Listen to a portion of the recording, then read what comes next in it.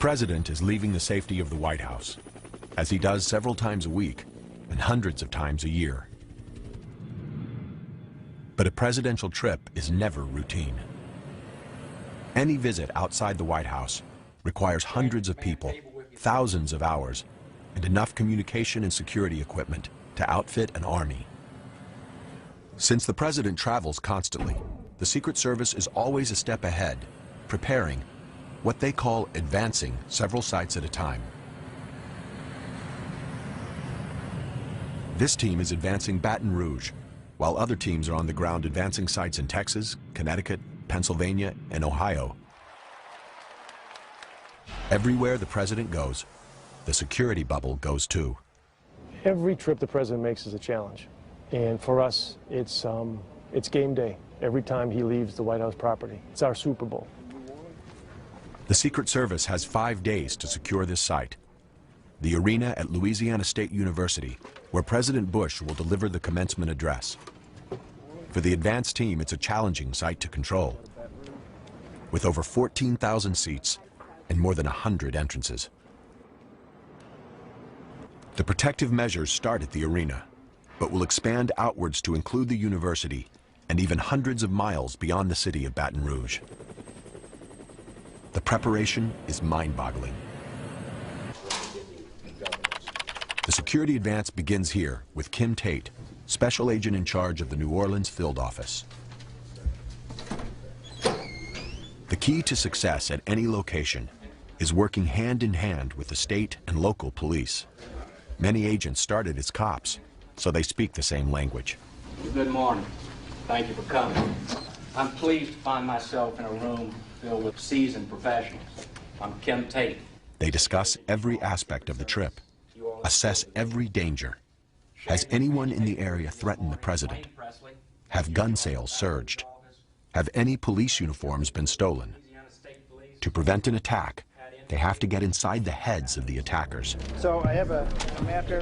What I want to talk about right now, while we're all here, is the motorcade route coming from the airport. The team maps out the most secure route for the motorcade. Out to Veterans Boulevard, brings us to Harding. Identifies potential sniper positions, pinpoints safe houses along the way, locates the nearest hospitals, and arranges for the president to have his own blood supply. From here to Government Street, nothing will be left to chance. 4-lane or divided highway the whole route. As you prepare your security advance this week, and on game day, when you put that plan into action, keep this in mind. Somewhere, a group of people are meeting just like we are, but their intentions are entirely different than ours. They plan to disrupt, to compromise the secure environment that we provide for the president. I like to call it the assassin's funnel. You know, you have the lone gunman, you have the suicide bombers to deal with. It can be a bomb, it can be a package. We have an obligation to try to think ahead, to try to find things that they might attack next, and try to be ahead of the curve. When your mission is to protect the president, you don't underestimate the enemy. Protect the man, protect the symbol, protect the office. This is the mandate of the U.S. Secret Service. A purposely unmarked building in downtown Washington, D.C.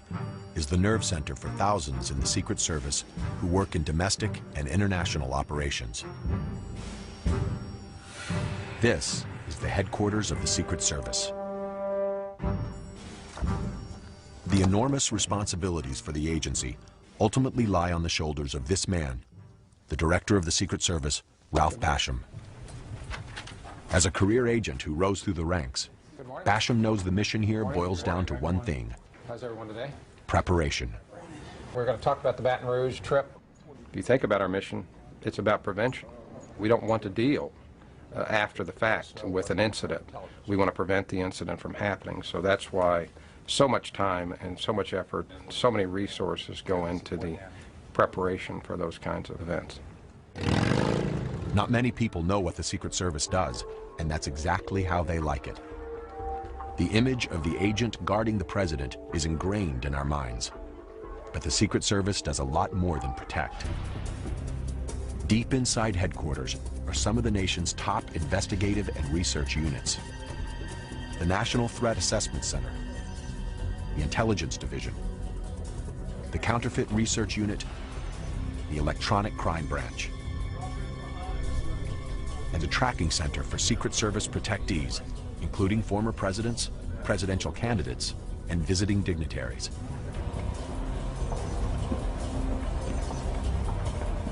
And then there's a room that hums with information so sensitive that its location can never be revealed.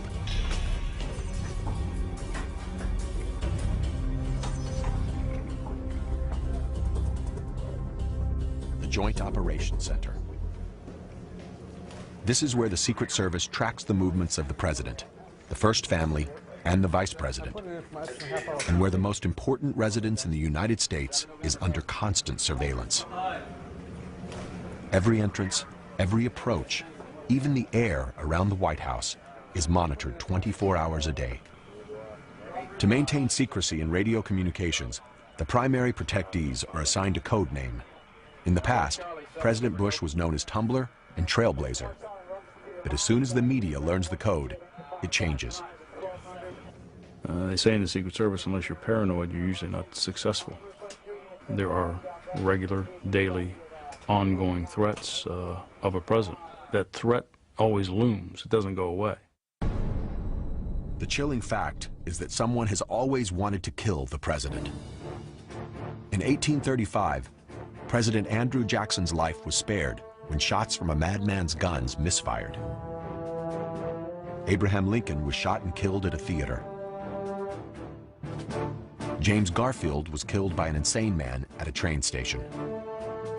Despite the attacks, Americans were reluctant to authorize protection. The very idea of a presidential guard reeked of monarchy and seemed undemocratic.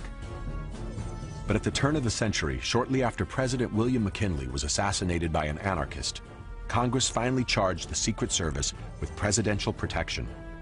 Even then, their authorization had to be renewed annually. 50 years later, a brutal gun battle in front of the president's house settled the question of permanent protection once and for all. The year is 1950, a time when anyone could stroll down Pennsylvania Avenue, even the President of the United States. November 1st, the White House is still under renovation, and President Truman is living across the street at Blair House. Standing guard outside the president's front door is Secret Service agent Floyd Boring. Truman was upstairs taking a nap. Every day after lunch, he napped. And then he got up, got himself ready to go back to work. 2:15 p.m. Two men approach the front steps. Oscar Callazo, a Puerto Rican nationalist, approaches from the east. Rogelio Torsola approaches from the west.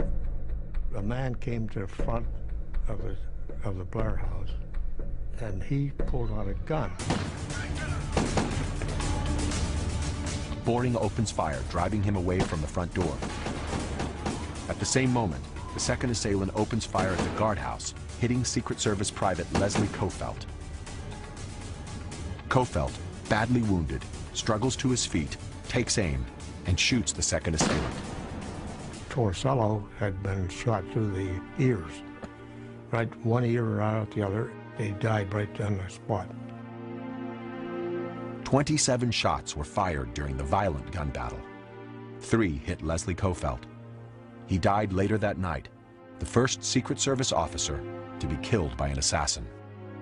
Outraged by the brazen daylight attack, Congress sent President Truman a bill that would give him permanent protection. Pen in hand, he said, "It's wonderful to know that the work of protecting me has, at last, become legal." The bloody shootout meant that the days of an easily accessible president were gone. The threat of violence would force him to step away from the people who had elected him, toward the well-armed safety of the agents. It's T-4, 4 days until the president arrives. The Secret Service advance team sets up a command center in an undisclosed hotel suite. The room is completely transformed. The beds are removed. Secure phones are brought in. There will be no room service, and the room will not be cleaned. We'll just play with it. Right. You can make almost, we'll tweak it. Thank you. We're going to have 5,200 people coming in. I'll just ask for all the information to be finalized for tomorrow. The site where the president will give his speech is a vast arena. Site Advance Agent Lawrence Tucker and Supervisor Tom McCarthy go over the security plans. We're looking at approximately between 13,000 and 14,000 people in here on the ground level and on up. Only through the eyes of a Secret Service agent can an empty arena seem so ominous. A monster at 74,000 square feet. Where could the threat come from? So where is that? Assailants could slip in through any of the 130 entrances, pose as a graduate in any of the 14,000 seats. And mags are going to be set up on the far end? The mags will be set up on this end, sir. A sniper could hide in the catwalks above or in air ducts in the floor below. 5 or 6 posts up top and 2 on the catwalk. Potted plants could conceal bombs. So could seat pads on the 850 chairs on the floor. The task is daunting. Sounds good. This is a pretty huge undertaking. You're going to have, over 13,000 people in this venue. Especially for a venue this size, you got to make sure that the whole outer perimeter is taken care of. Everybody has to be on the same sheet of music.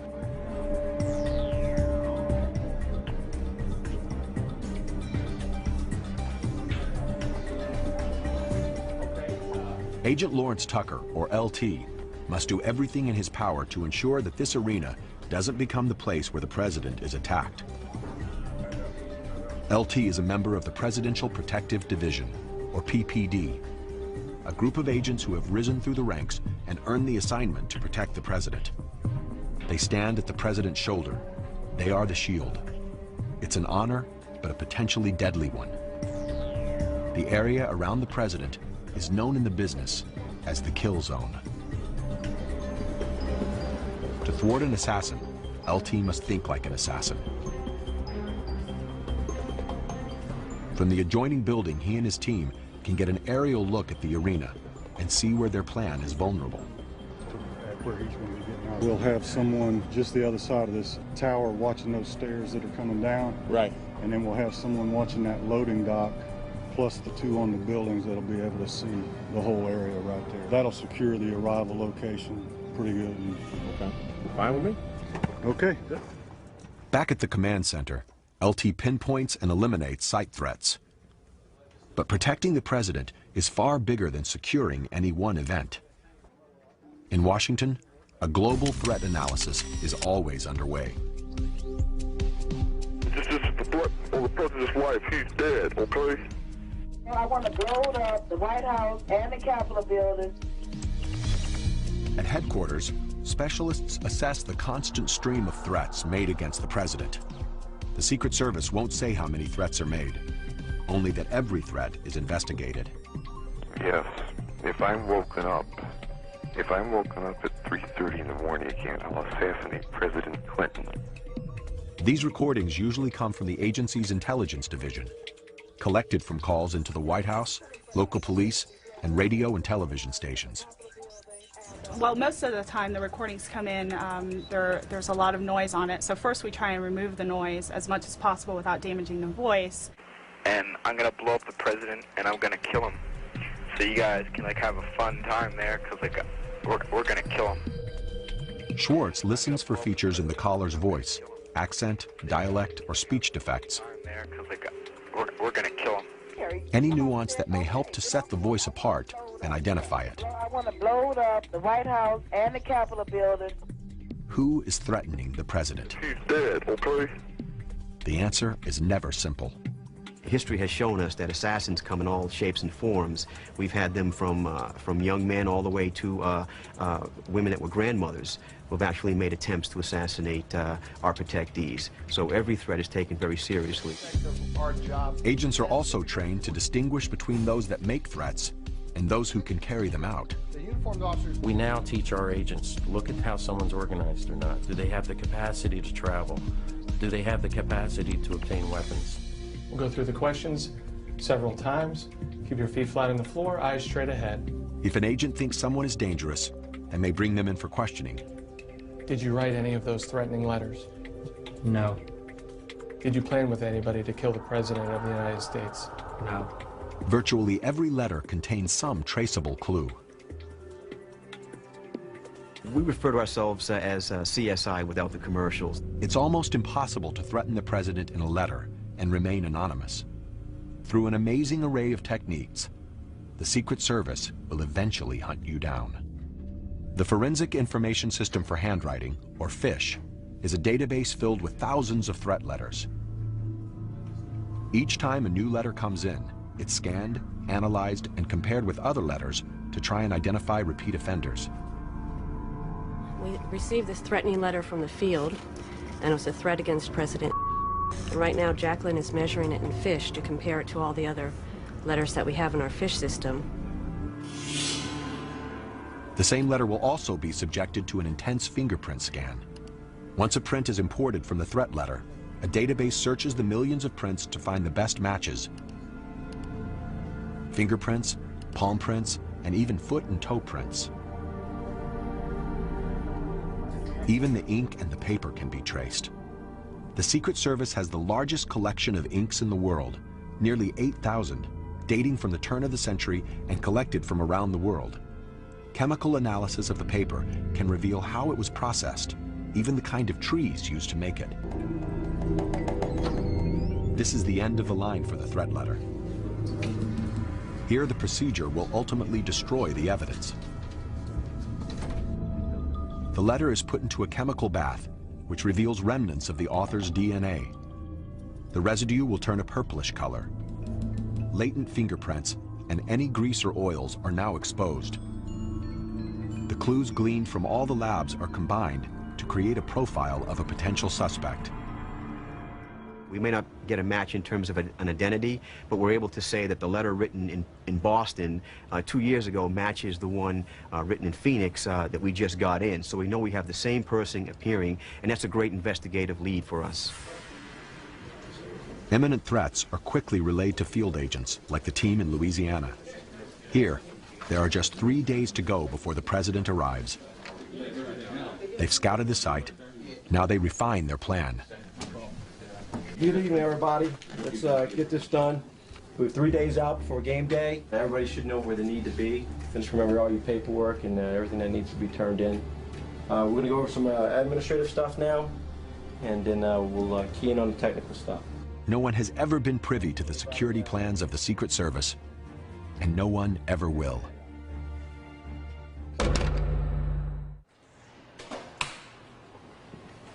Protecting the president has always been difficult. In 2001, events conspired to dramatically increase the danger. September 11th started as a pretty routine day for me. I got in about 7 o'clock, and I got a call from the duty desk, and they were briefing me that we were getting intelligence that there was a potential hijacking. So we activated the crisis center. Deep inside headquarters in a top-secret room, managers and directors began to assess the nature of the hijacking.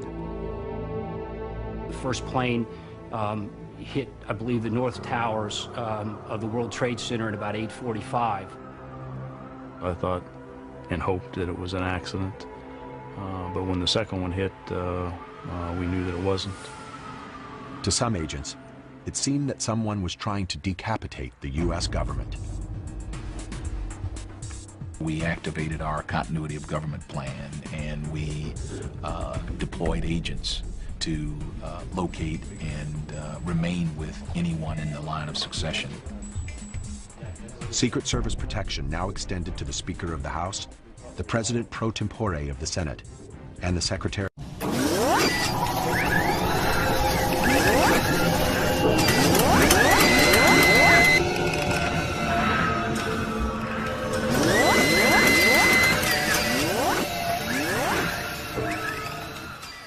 of State. One of the first things we do, obviously, is to locate all of our protectees from the president on down. Not only for the president and the vice president, but for their families, for former presidents, for foreign dignitaries or heads of state who may be in this country. What's important for us is that we have a plan. If you don't have a plan, the game's over before you begin. In a state of emergency, the Secret Service's plan is to get every protectee to a secure site. We got calls that there appeared to be a plane headed for the White House, and we had immediately called the Vice President's detail. There was no time for chit-chat, no time for, you know, will you come with us? I mean, they just took him. Vice President Cheney said, "My feet never touched the floor." Meanwhile, the president wanted to get back to Washington. We agreed that coming back to Washington was not a good decision. So there was discussion on Air Force One between the agent in charge, the president, the vice president, the director of the Secret Service was involved in several conversations, and the National Security Advisor as to what actions would take place. With Washington and New York in a state of chaos, the Secret Service put the president aboard Air Force One, the one place where they controlled all the variables. There was a very deliberate mood in here. There was a lot of determination and focus on the part of everyone in here to do their job, something that we had trained for and planned for, but had hoped would never happen. And we were watching on television as the towers collapsed.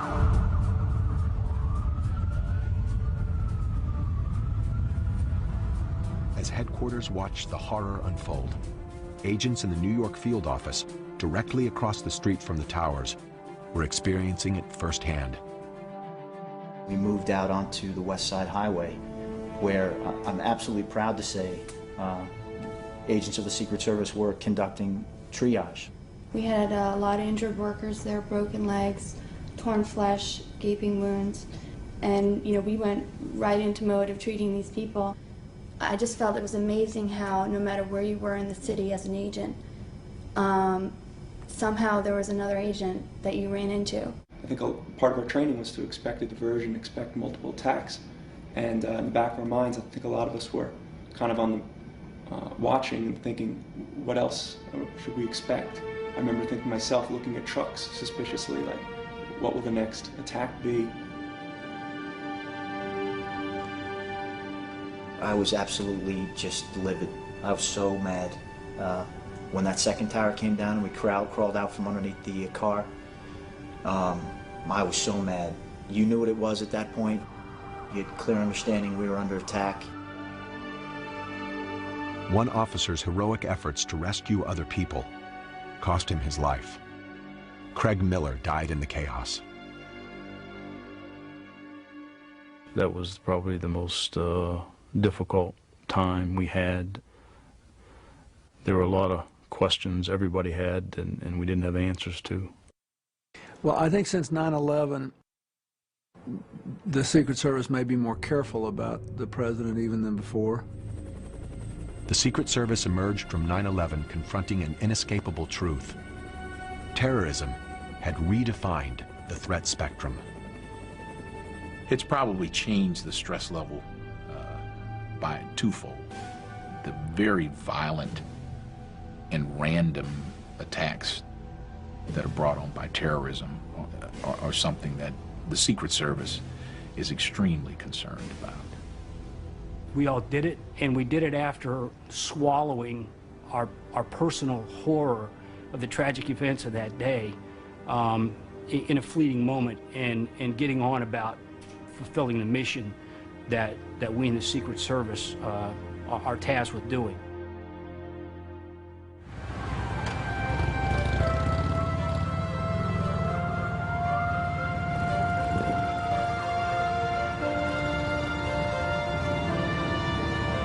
The presidential motorcade is on the move. A trip to an event in town. They've driven the route hundreds of times. The bubble advances through familiar territory. But familiar never means risk-free.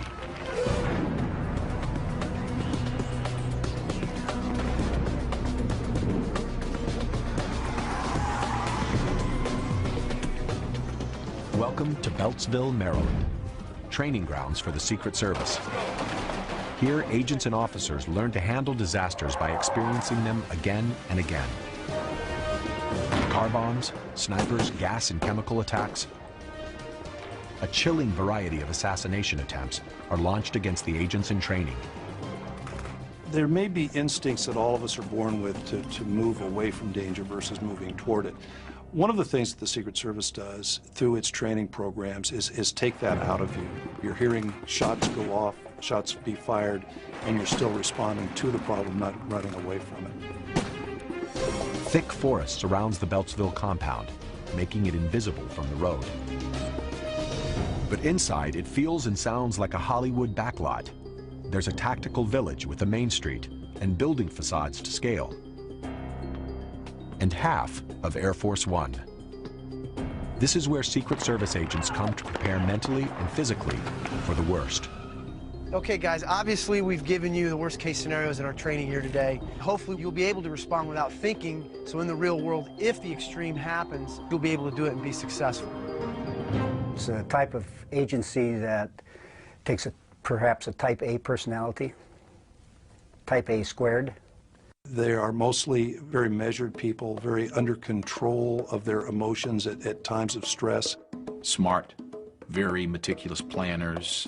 Through training, through a mindset, through a conditioning, be prepared to step up when the time comes.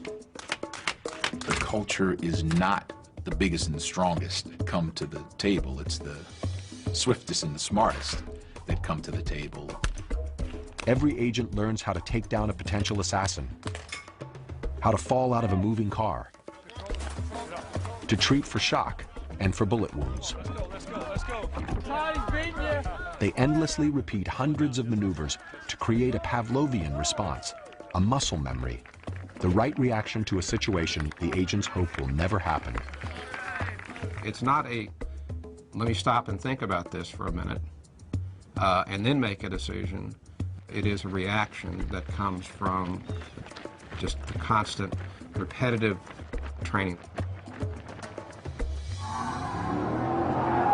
Some agents go through an intensive evasive driving course, a key part of protecting the president. In a worst-case scenario, you know, if the motorcade was attacked, it's all really about, you know, protecting the main guy.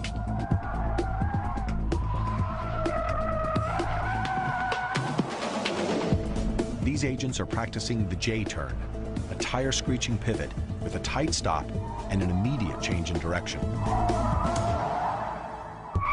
With these turns, we can approach speeds of 60, 70 miles an hour.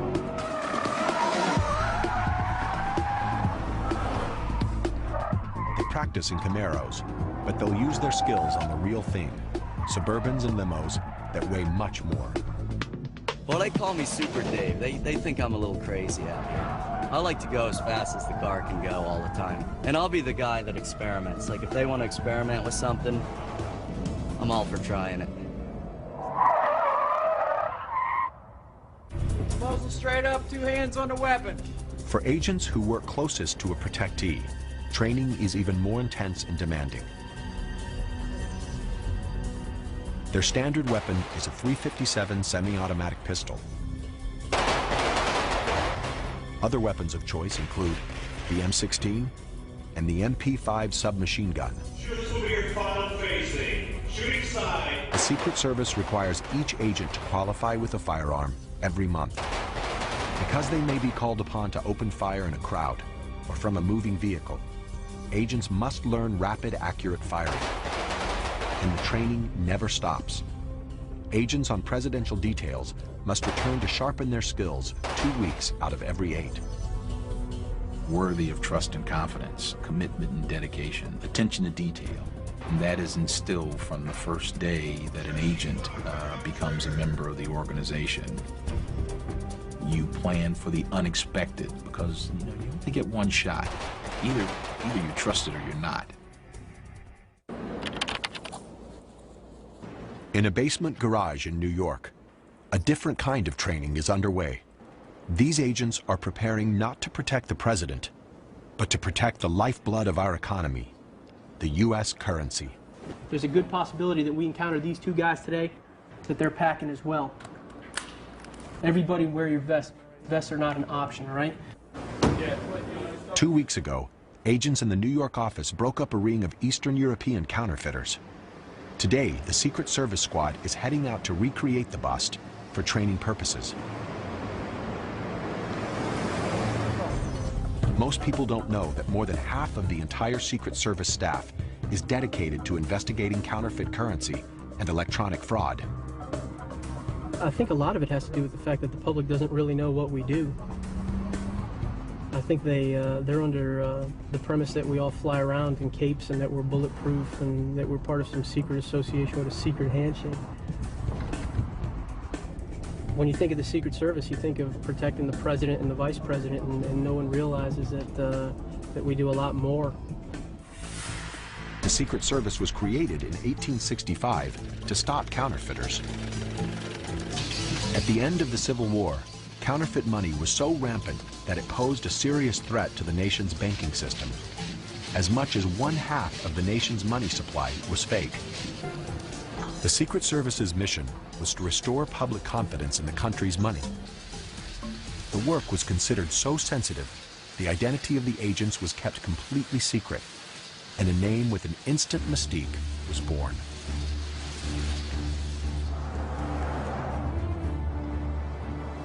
Almost 140 years later, the Secret Service is still on the case.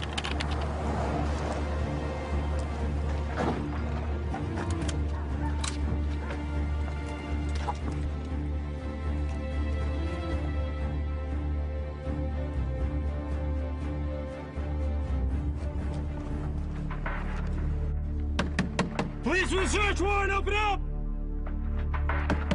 Police, open up! Please, please, get down, get down, clear, I'm square. When the agents broke through the door 2 weeks ago, the counterfeiters had left the site and the cash. Oh yeah, that's the money.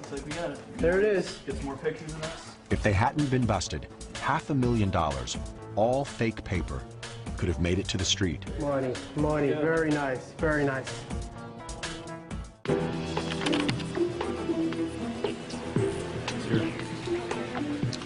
The field agents send the suspect money back to the lab in Washington, where specialists will carefully scrutinize every bill. Counterfeit specialist Lorelei Pagano is an expert at identifying bogus money. Everything comes to us as suspect. To confirm that it's fake, Pagano first checks security features embedded in the paper, the printing, the ink. If you examine the counterfeit that's just come in, hold it up to the light, you can see that there is an image of Franklin and that there is a thread. However, if you look at it through a light table, you can actually see that there's a commercial watermark and it says recycled. So right away you would know that that's counterfeit.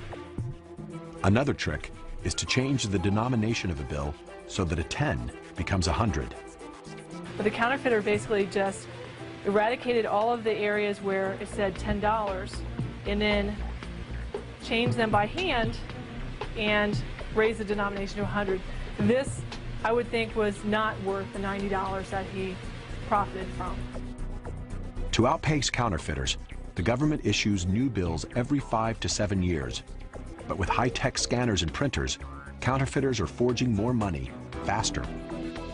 We used to average less than 100 domestic counterfeiting operations, and now we're over 600 in any given year. Today, the best counterfeit money is printed with old-fashioned presses by sophisticated drug and terrorist rings. Millions of dollars of fake money is used to finance illegal arms trading, drug trafficking, bribery, and terrorism. The U.S. dollar is vital to these criminal efforts. To protect it, the Secret Service has to stay one step ahead. Obviously, there are things that every government has to keep a secret so that the counterfeiters don't know about it and they don't know what they need to be attacking. So that's just good banknote design. Some things we just don't tell.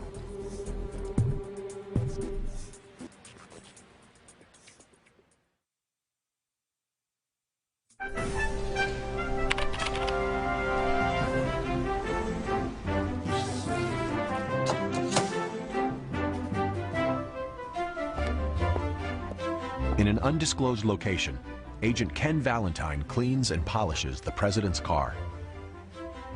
This James Bond invention is affectionately known as the Beast. I'll tell you that the car has two limitations as far as we're concerned. It doesn't fly and it doesn't float. The agents protect information about the car with the same tenacity that they protect the president. How thick are the doors on the car? The thickness of the doors is a matter that we're not prepared to discuss. What kind of armor does it have? Well, I'll tell you the armor is state of the art, but beyond that, I'm not at liberty to discuss the armor or the capabilities of the armor. Is it bomb-proof? Is it bulletproof? It's very capable. What kind of security measures are there in the car? I'm not at liberty to discuss the security measures other than to say that it's a very capable vehicle. The details of the Beast may be classified, but like other armored cars, it probably features a remote starter with bomb detector, a self-healing fuel tank, supplemental oxygen, and wheel inserts that allow the limo to drive even when the tires are shot out. One thing is clear. Any car with windows as thick as phone books and doors that weigh hundreds of pounds is not like any other car in the world. But the Beast is more than an armored car. It is the response to a nightmare, an event that shook the world and changed the Secret Service forever. President Kennedy loved people, loved to be around people. We had gone from President Eisenhower, who was a retired general, to a former senator who was very free and wanted to do things that we were not used to having him do. We went from the hotel to the airport and flew from Fort Worth to Dallas in Air Force One. And there was a large crowd at the airport in Dallas. November 1963. President and Mrs. Kennedy are in Texas to rally support for the next presidential election. Their two-day trip includes a motorcade through Dallas. Clint Hill is assigned to protect Mrs. Kennedy. He is stationed on the runners of the follow-up car, directly behind the presidential limousine. Along the way, there were large crowds. We stopped a couple times to permit the people to shake hands with the president.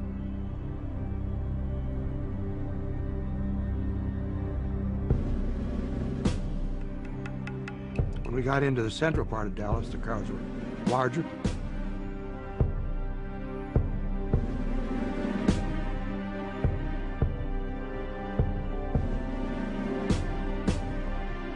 As we proceeded down through the center of Dallas, on occasion I would move from the follow-up car up to the back of the presidential limousine.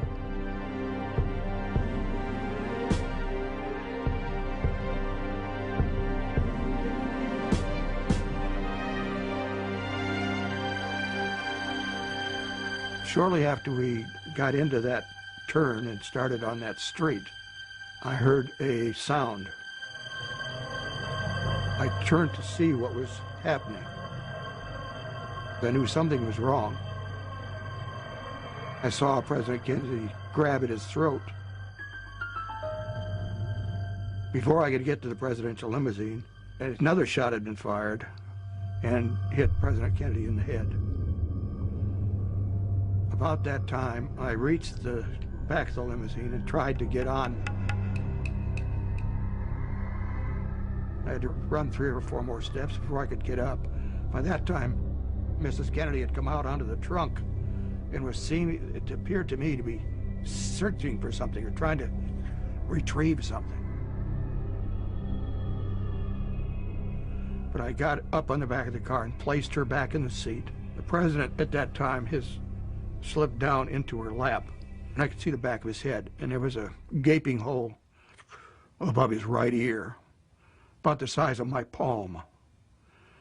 And there was white brain matter and red blood throughout the entire car. The car jolted forward, and we sped off to Parkland Hospital.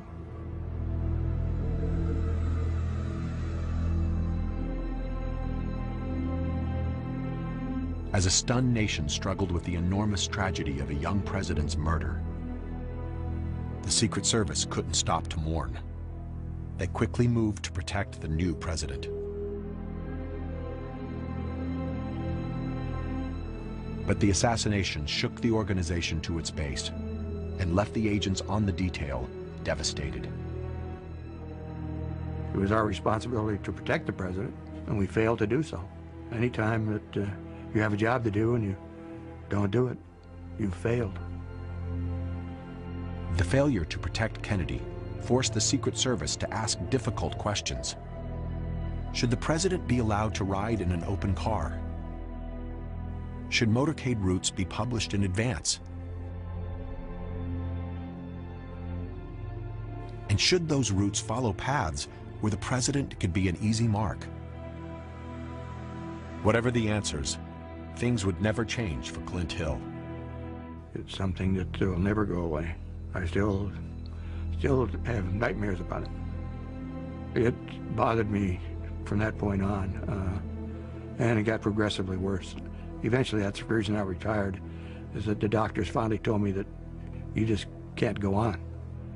Unfortunately, that particular day, all the advantages went to the shooter.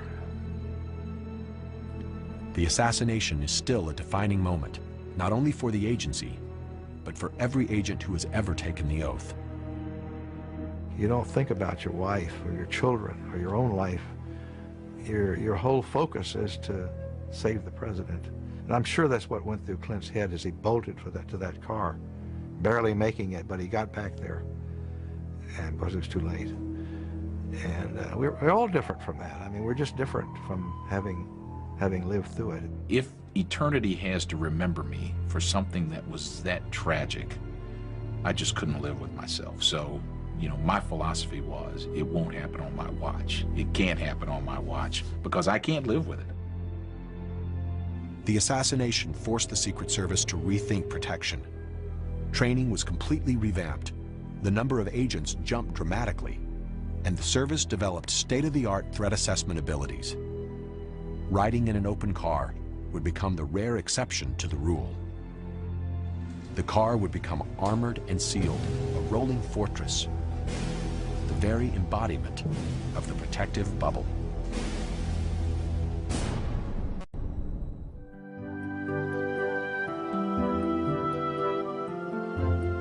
The public persona of the U.S. president is that of an everyman. We see him leaving his house, waving before he goes off to work. He seems to do many of the things that we do. He doesn't rule from a palace or an ivory tower. He isn't surrounded by a presidential guard. He appears to move about freely. But he is only free within the bubble, and even there he is constantly covered. When the president crosses the White House lawn, Secret Service counter-snipers are poised on the rooftops. The emergency response team is concealed in the bushes. The Secret Service's Uniform Division has a highly visible presence patrolling and guarding every access point.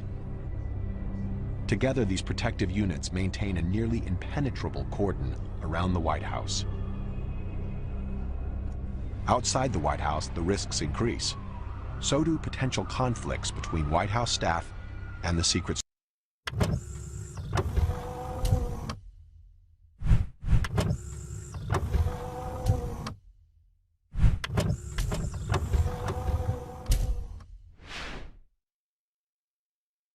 Service.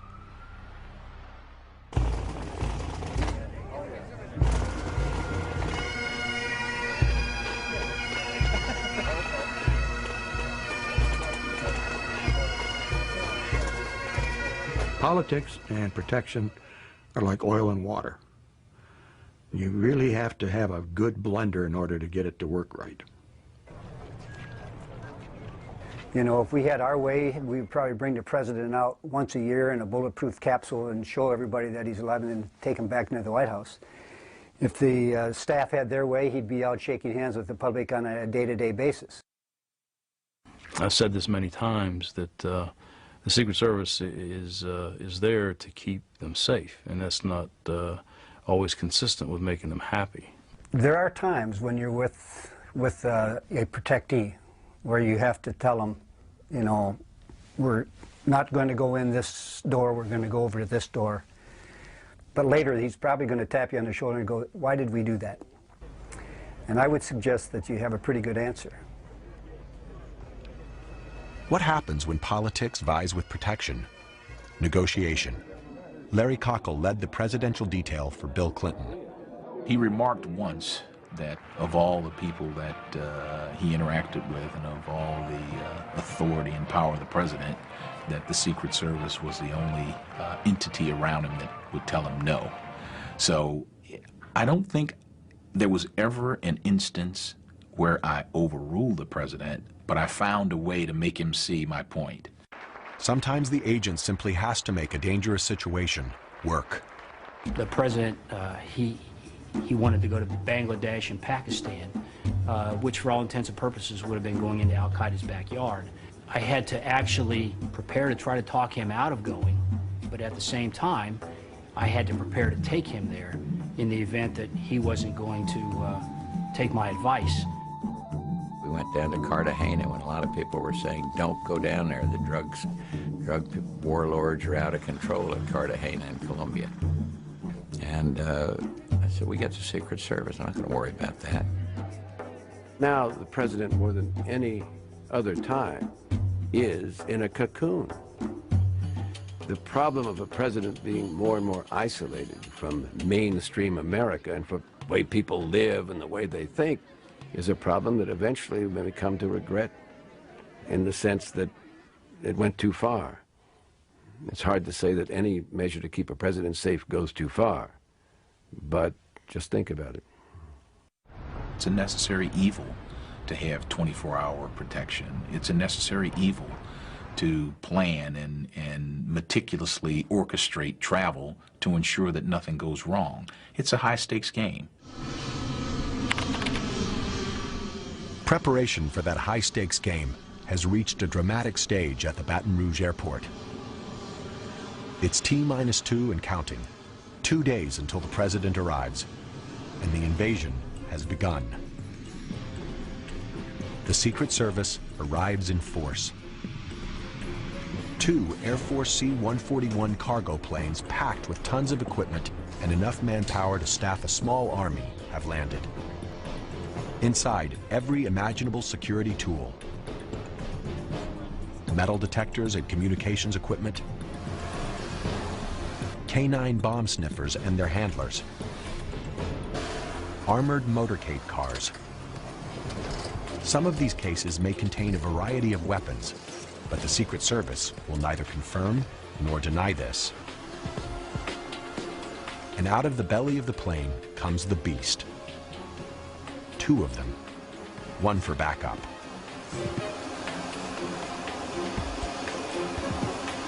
The Secret Service team expands to include counter-sniper and counter-assault teams, technicians and support staff, drivers and spotters, doubling the number of agents and officers on the ground. Secret Service strategy is to meet any threat with overwhelming force. Prior to the arrival, the motorcade is going to stage in this general area over here. Supervising Agent Tom McCarthy begins to nail down the security plan at the airport location. The president's going to depart off the plane, meet his greeters at the bottom of the steps. When we travel with the president around the world, we have to be sure that he is as safe anywhere in this country or anywhere in this world as he would be at the White House. We bring this bubble and we make sure that he's safe. The scope of presidential protection is unlike anything else. But one other person whose protection approaches this level is the presidential candidate. Candidates had always lived outside the bubble until a deadly attack in 1968. American troops and American Marines. June 5th, 1968.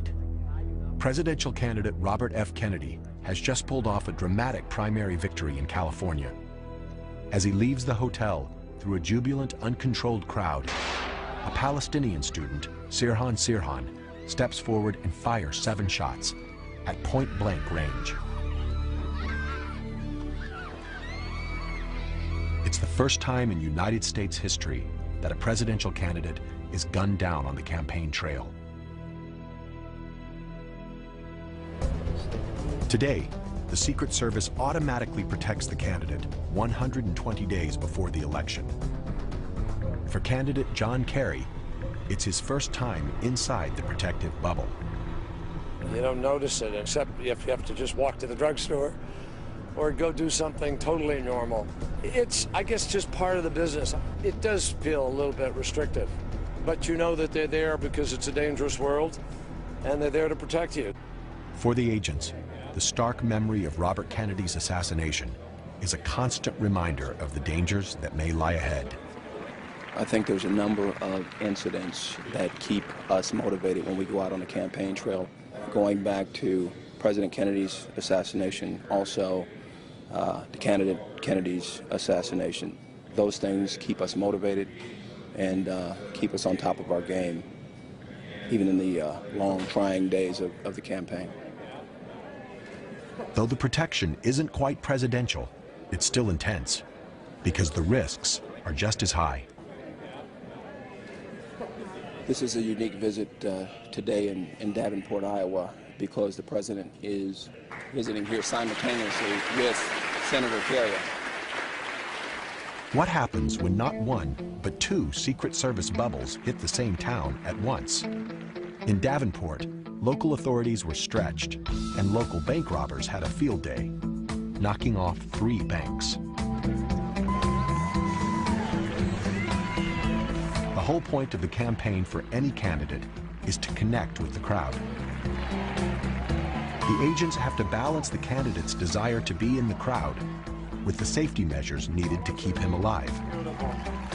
During his speech, Kerry appears to be out in the open with no visible barrier, but the platform is surrounded by bulletproof armor. What the crowd sees is a campaign banner. Agents take positions at the sides of the stage, and a Suburban stands by to whisk Kerry away if there's trouble. But the candidate can't worry about trouble. He has to work the crowd, and often the only thing between him and the crowd is the agent. Every protectee is different. They have their own mannerisms and expectations, and we're able to adapt to those and adapt the security methodology around that. In the months leading up to the election, the Secret Service must adapt to Kerry's style, and Kerry must learn to live in the shadow of protection. I spend a lot of time on rope lines. I talk to people. I dive into the crowd. If you want to meet with people and you want to go out and get in a room and have them ask you questions, there's every way in the world to do it. I do it every day. But Kerry is not the only one adapting to full-time security. His family has to adjust too. The whole thing is an intrusion on their lives. It's hard. I mean, we all sat down and I asked them. I didn't do it just, you know, willy-nilly. And there are different attitudes among different members of the family about it. And I think everybody's sort of accepted that even though it is an intrusion, they're willing to do it. If the candidate is elected to office, he must take what comes with it, and so does his family. When Dad became president in August, all of a sudden, you know, like, boom, our life changed overnight. And I remember the first moment the head of my detail came up to me, and he came up and he said, listen, I know this is a big transformation for you. We're not here to be your parents. We're not here to tell you what to do, what not to do. We're here to make sure you don't get kidnapped, shot, killed, held for ransom. Mrs. Clinton received numerous death threats. We had some person who basically was, I think, stalking Chelsea Clinton. These incidents were never reported and never talked about, and we never let this information out. It was not our job to discuss it. There were special times when the president and Chelsea were together, when it was really important that Chelsea not experience this very heavy security presence. So those times we would give him space. They were really good about trying to be flexible. Sometimes Chelsea and I would walk downtown in Washington and go to a bookstore or something like that. But I tried to give them enough notice so that they could prepare.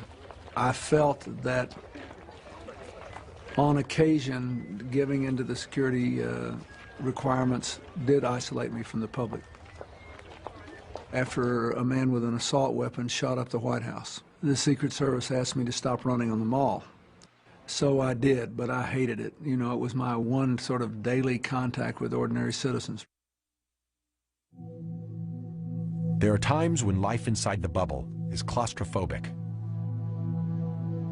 There's not a whole lot of privacy for a president or a first lady. You see them in every situation they're in. You see them when they get up in the morning, when they go to bed at night. You see them when they're happy, you see them when they're sad. So you see them under every situation possible.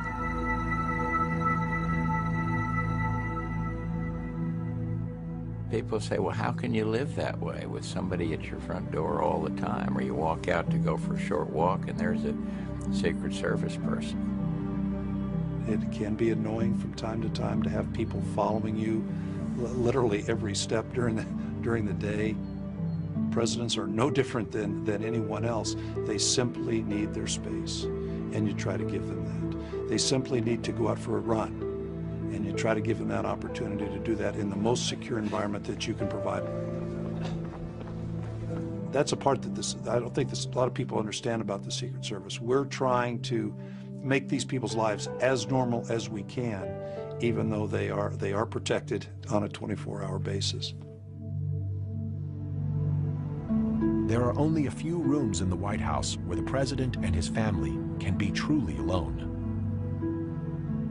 But so much proximity means very little privacy. The agent must be absolutely trustworthy. Discretion is essential.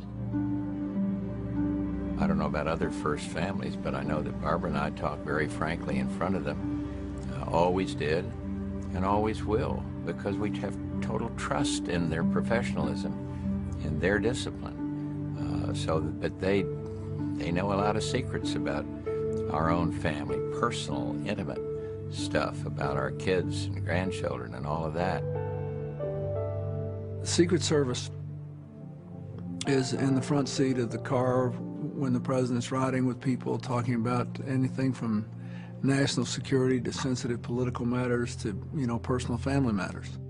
What you hear and what you see, if they're of a personal nature, if they're of a national security nature, has to stay with you. In 1998, the issue of agent confidentiality was put to the test. Independent counsel Ken Starr subpoenaed several Secret Service agents and officers, including lead agent Larry Cockle, to question him about President Clinton's affair.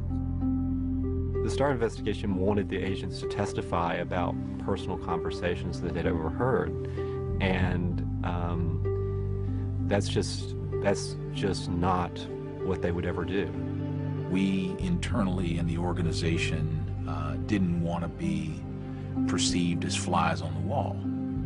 I've been present when sensitive family issues were discussed, and as much as possible, I didn't want to hear. I didn't want to know. I felt awkward being present, but I knew my presence was compelled by law.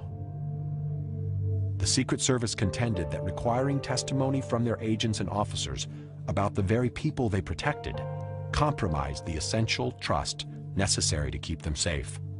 We felt very strongly that our agents shouldn't have been summoned to testify in that grand jury. We still don't think it's correct. We argued that all the way to the Supreme Court. But the Supreme Court ruled that the Secret Service was not immune to subpoena power, and ultimately, Agent Larry Cockle and the others were compelled to testify. It was one of the few times in history that the Secret Service was forced to violate the unwritten code of confidentiality that is their trademark. A difficult job just got tougher. It was a tough time for the Secret Service. We all felt that it's awkward to compel anyone to be subjected to a set of circumstances and then use it against them. ID, sir.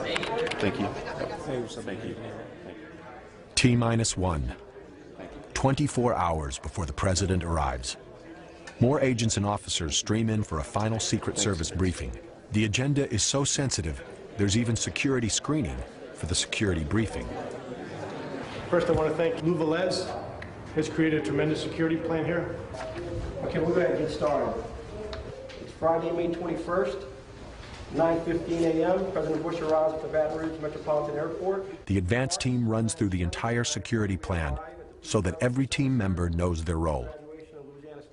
New threat assessments are reported and potential responses are built into the plan. By game day, the details of the plan will be so ingrained, execution will be second nature. The team appears to have doubled in size again, but the Secret Service will not reveal the size of their force. We've had our people in place here working with the local law enforcement for over a week now. We're finalizing all the details tonight. We're very confident that tomorrow will be a success.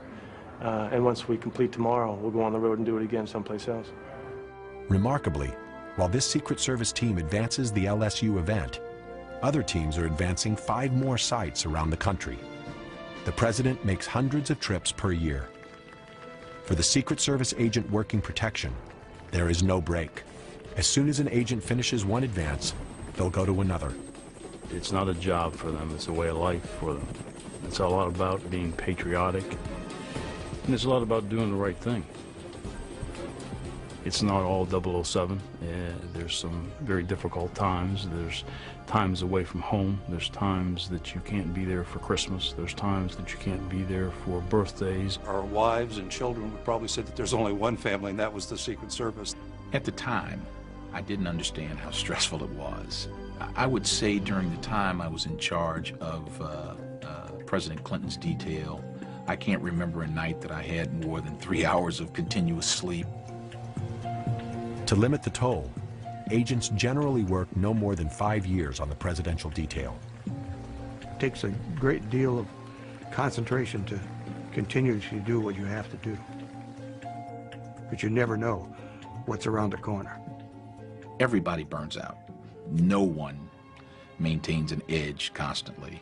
There's a great support network amongst the agents, and I think we all watched each other to ensure that the stress didn't overtake us, that we paid attention to friends and colleagues working around us. There is a brotherhood among agents. You're bonded to those guys forever. It's one for all and all for one kind of situation. You live together, you eat together, you sleep together, you work side by side. These are people I literally grew up with. They're like childhood friends, if you will. There's nothing I wouldn't do for them. At the same time, I know there's nothing they wouldn't do for me. Agents need that kind of support, especially during presidential campaign season. Campaigns are unpredictable and largely unscripted. Working protection in this environment is one of the most stressful jobs they do. Some of the toughest challenges are unannounced stops, instances where the candidate decides to get off the bus and the schedule and meet the people. On these off-the-record stops, known as OTRs, the agents have no choice but to follow the candidate. In a campaign, there's no way of screening every individual that comes out to greet the candidate. When he decides to go out and press the flesh, the agents can't stand in front of him. They have to be to the side, so he's exposed. In August of 2004, candidate Kerry's bus makes several unannounced stops between Davenport, Iowa, and Hannibal, Missouri.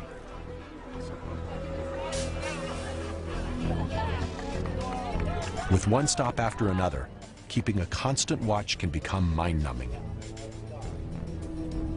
You work around complacency by keeping your focus, keeping your eye on the ball. We trained agents to understand that the things that might seem mundane or routine could very quickly turn to tragic or challenging.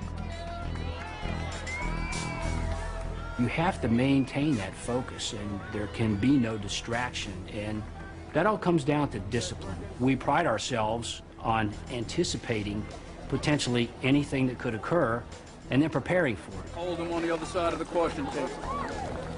You can't drop your guard. You can't stop looking. Sir, take your hands out of your pockets. At every location, the Secret Service will ask people to show their hands to make sure no weapons are concealed.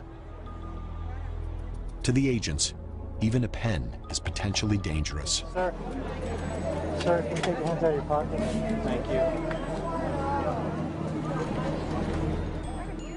You know, you can scan a crowd quite rapidly and pick out somebody that's acting strange, dressed differently. You're looking for the unusual. Maybe just doing some strange thing that catches your attention. An unannounced stop is still something that is allowed. I don't know how the Secret Service could prevent it. But at that moment, the stress level goes way up. You never know who might be there. You never know what might happen. And you watch them, and they're looking at the hands, they're looking through the crowd. Nice to see you. Yes, yes, yes. Oh, your baby. And you just see it in their eyes, and you see it in their body movements. This is a high point of stress. This is the most dangerous point. September 5th, 1975. President Gerald Ford has just finished a speech and is on his way to the California State Capitol building. His motorcade is waiting. But it's a beautiful day. The Capitol building is just across a park, and President Ford spontaneously decides to walk. Agent Larry Buendorf is working on President Ford's protective detail. He walked out of the hotel, and there was a crowd that was across the park at the time that was cheering for him, and he decided to walk. So this creates a lot of tension within the agents themselves, because we're now going into an environment that is not controlled. We don't like to do that. You got the media, they're running with their cameras. We're trying to watch the president, watch the crowd. People started shaking hands, and you know, sometimes they hold on too long, and so you're very busy trying to keep the crowd away, and there's so much going on. I'm shaking hands with a lot of people, and I noticed a lady in a very vivid red dress sort of walking with me as I was walking toward the Capitol. And all of a sudden, I went to shake hands. I see a hand coming up with a gun. And I'm thinking at the time, I'm going for this. And I stepped in front of the president. Squeaky Fromm was pulling back on the slide. I hit it, stopped the slide, pulled the gun away, pulled it up to my chest. She's screaming. I've got the gun, and I've got her, and I'm not letting go. So I just push her away from the president. The president's going one direction, I'm going the other direction, and she tries to run, and I pulled her back. She goes down on the ground. I pull out my cuffs, I cuff her. I yelled out to the agents covered him. They were gone. How could the agents have predicted that Lynette Squeaky Fromm, a member of the Manson family, would be waiting for the president on a route he wasn't certain to take? What she was doing in the park, who knows? What she's doing with a .45 strapped to her leg, who knows? But she decided at that moment to make a statement. I happened to be looking in the right place at the right time and did the right thing. Agents always have to be alert. They've got to be watching for that person in the crowd that's acting alone. Larry Buendorf's instincts saved Gerald Ford's life. Do you think back at it? A lot. You do. You think about it a lot. Because you know how close it could have been and how it might have changed history if it hadn't gone down the way it went down. Astonishingly, just 17 days later, it happens again. September 22nd, 1975. White House photographer David Hume Kennerly is waiting with the press pool for President Ford to exit the St. Francis Hotel. I went out and looked at this crowd on the other side of the street, and I just thought, I got such a bad feeling from it, like this sense of dread, really. When President Ford came out of the St. Francis Hotel, I have a picture of him waving to the crowd. And then the shot was fired, and you could see him wincing. I was shot at by Sarah Jane Moore, who was across the street. Thank goodness a Marine standing next to her saw her in the process and hit her hand, and the shot went above me. The Secret Service jammed me into the back of the limousine. And they were all kind of laying on top of him as they're driving off back to the airport. After a couple of minutes, Ford says, "That gunshot didn't get me, but I'm going to be crushed to death under you guys. This is an armor-plated car. Get off of me." With the quick succession of attacks, the Secret Service reflexively tightened their hold. I know that President Ford was really angry about the 2 attempts on his life. And he was angry that he knew it would further insulate him from the public. The Secret Service wanted him to stay in the Oval Office after those incidents. And Dad said, you know, the president cannot be held hostage in the White House. And he made it very clear that after both the Squeaky Fromme and the Sarah Jane Moore situation, he was going to go out and continue to be in the public's eye because he didn't want the American people to think in any way that a president of the United States could be held hostage because of attempted assassination. Game day, T-minus 5 hours before the president lands. At 4 a.m., the Secret Service arrives at the arena. LSU may own the building, but today it belongs to the Secret Service. Dasik. Morgan. Here. The team gears up, knowing they have one chance to get it right. Smith. Each agent is wired into a restricted radio network, impervious to eavesdropping, and linked to the temporary command center. Wallish. Here. Johnson. Here. Every agent will know where the president is at all times. Everybody all set? Okay. Game face on, the agents enter the arena. In the next few hours, everything LT's team has prepared for will be put to the test. All right, 212. Hold room. Okay, let me make sure I got all these people posted here. Rusin, you know where you'll be in the security room. You're gonna be in a row, man. LT assigns each agent a specific post to guard an entrance, to guard the stage, even to mix into the crowd.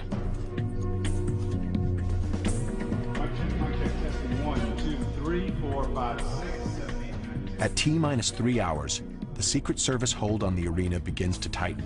1, 2, 3, 4, 5, 6. They now execute a comprehensive search for bombs and weapons, called a sweep. Ladies and gentlemen, the President of the United States.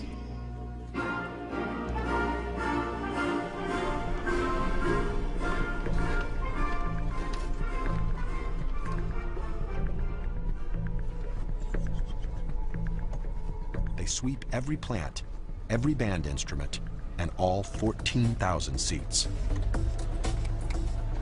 These Belgian Malinois are considered some of the best bomb detectors in the world. Their noses are 20 times more sensitive than ours. As these teams sweep the inside of the arena, other teams check the basement, the roof, and the area under the bleachers. Game day, ready to go. T-minus 2 hours. Once the building is swept, it's sealed off. No one will be allowed in without going through a metal detector first.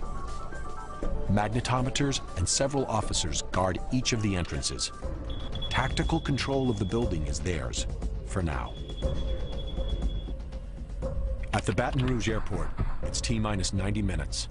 The agents are busy taking control of this real estate, too. The president's private fuel supply is standing by. The Secret Service choreographs the movements of the press, the motorcade, well-wishers, and even the president himself. We're all going to come in here. The press is going to do a preset, get all their equipment swept, and then we're going to get them in one organized group. over to their designated press clean area. If any of them go out, it doesn't matter if they've been swept once, you get swept all over again. Let's head over to where the press is. Actually, what people can... In 90 minutes, the team will shut down all movement on the airport. They call it lockdown. Sweeps are underway here, too. The K-9 team checks every vehicle, even the Baton Rouge Police Department motorcycles that'll accompany the motorcade.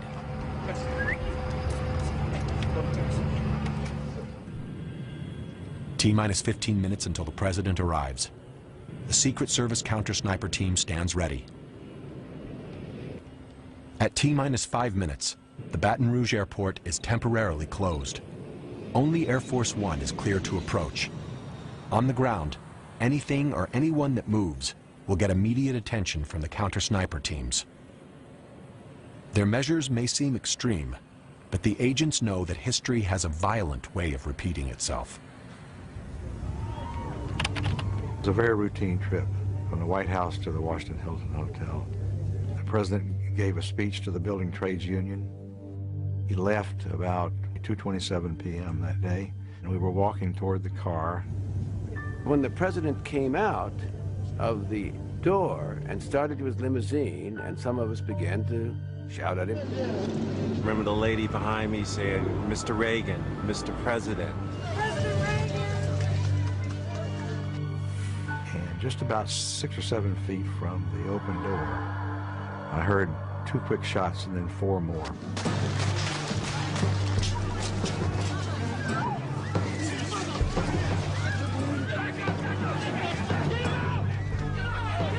The first 2 shots hit Mr. Brady and Officer Delahanty, and the third one hit McCarthy because we're pushing the president behind McCarthy. McCarthy, he didn't let me down. He stood up there and took it. And as that was happening, another agent literally went right over top of me and my camera, right down onto Hinckley. It was just an amazing thing. Give me a squad, Park! Move back into the car! What I remember vividly is Parks grabbing the president, taking his head, carefully, quickly putting it down and pushing him into the limo. As we know now, a bullet struck the rim of the door, ricocheted into President Reagan. But at that moment, no one knew that. The door was shut, the feet were thrown in. At that moment, I yelled for the driver to leave quickly. Get out of the way! You don't know whether it's an organized attack. You don't know whether it's a decapitation strike. There's a lot of things you don't know. As the limo speeds toward the White House, Agent Jerry Parr searches President Reagan for gunshot wounds. Everything looks okay until the president starts spitting up bright, frothy blood. In that instant, Parr makes the decision of his life. I knew from my training that this meant some kind of a lung injury, and I just said, we got to take him to the hospital. Parr orders the limo to change direction, and it races toward the hospital. President Reagan walked a few steps in the emergency room and collapsed and almost died. I don't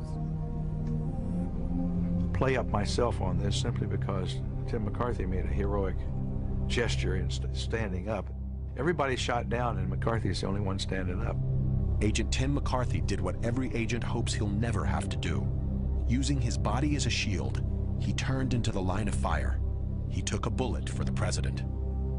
I gotta give it to him. It's a brave man to stand there purposely as a body block to protect the President of the United States. When the shots rang out, agents are trained to cover and evacuate. And cover means cover with your own body. It's a counter-instinctive movement. It's muscle memory. And it's a moment, when you really think about it deeply, that it's where history and destiny hang in the balance.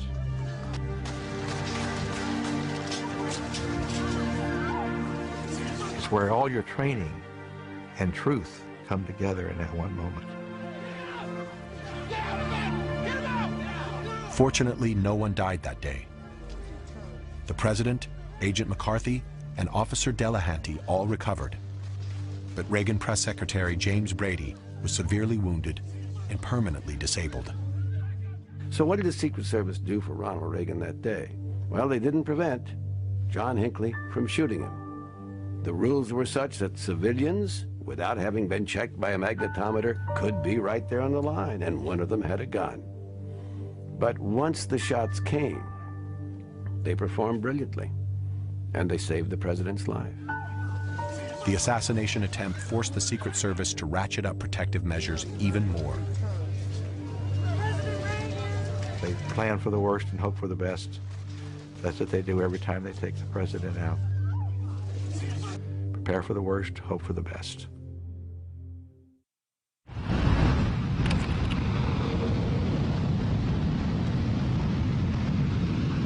"9:15 a.m., 0 hour.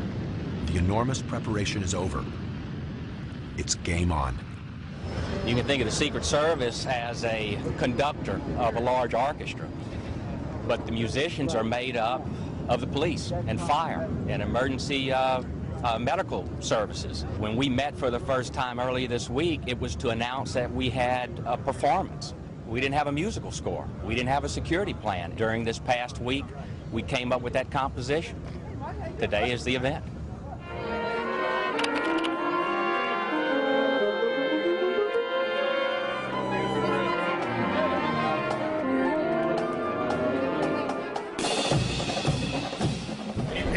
Cell phones, electronic devices, bags, and purses. Please place them here on the table. At the arena, the once-in-a-lifetime day for the graduates and their families begins with a thorough search. Thank you. Officers will screen every one of the thousands of participants. Pagers, keys, cell phones, and electronic devices, please place them on the table. They scan intently for weapons, explosives, even remote control devices.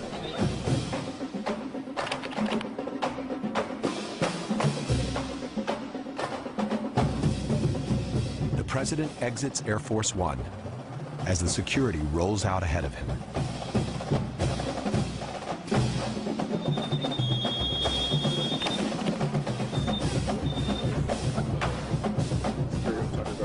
Secret Service agents and officers are literally everywhere. If they do their job well, the heavy security will feel invisible. The graduation will take center stage. They dress to blend in with the crowd, their suits tailored to conceal the weapon each one carries.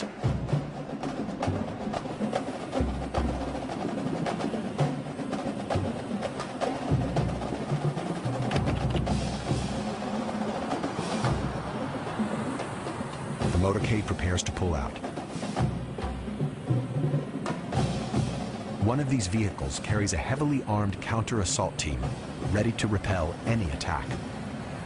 The Secret Service is ready for any threat on the road ahead. Attention, all post standards at the Maravich Assembly Center. We have departure from POTUS to this location.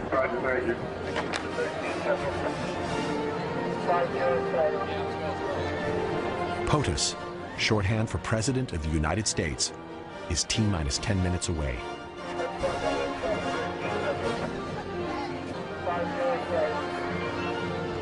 For LT and his team, this is it. This is the moment they've trained for. Protection is in the details, and everything is rechecked because every agent knows there's always a chance that something could go wrong.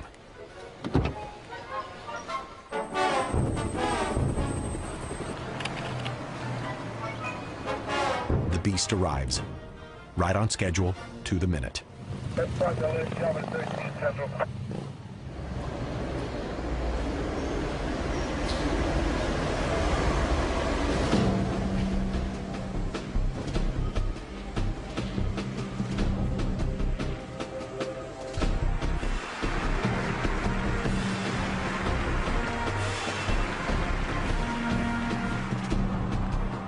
Supervising Agent Tom McCarthy takes his final position on stage. He'll be the agent closest to the president.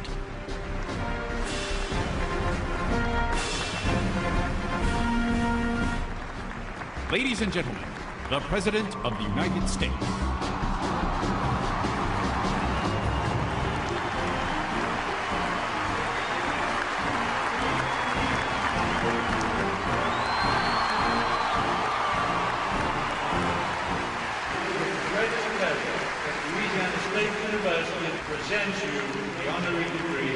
conduct on silence.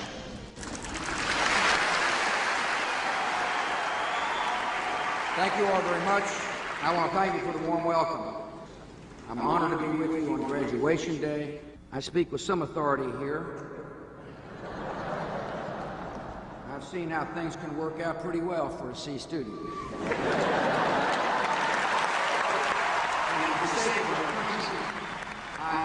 While the president gives his speech, the agents live in a parallel world, a world of intense vigilance.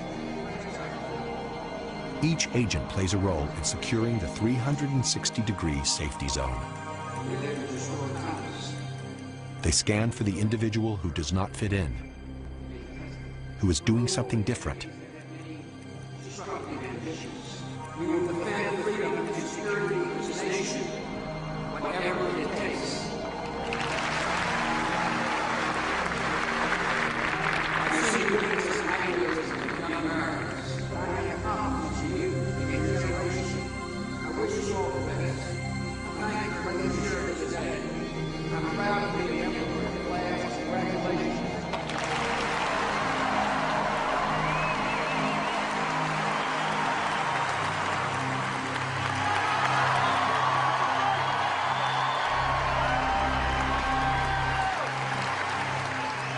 As the president exits the stage, he veers off course and off the plan. It is the one unchoreographed moment of his visit.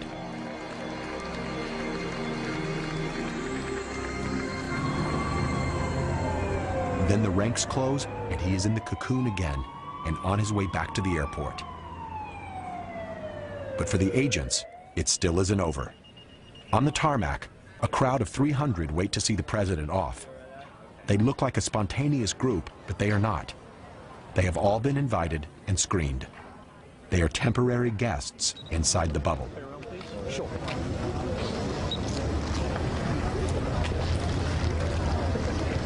You're all set. One of the things I'm going to do when I pass in front is I'm going to ask you to have your hands up. Just have your hands out here like this, ready to shake the president's hand, okay? That's all I ask. When you stop and think about all the things that have to occur to keep that well-oiled machine running, the responsibility, the dedication, the many sacrifices that people make day in and day out, it's just truly incredible.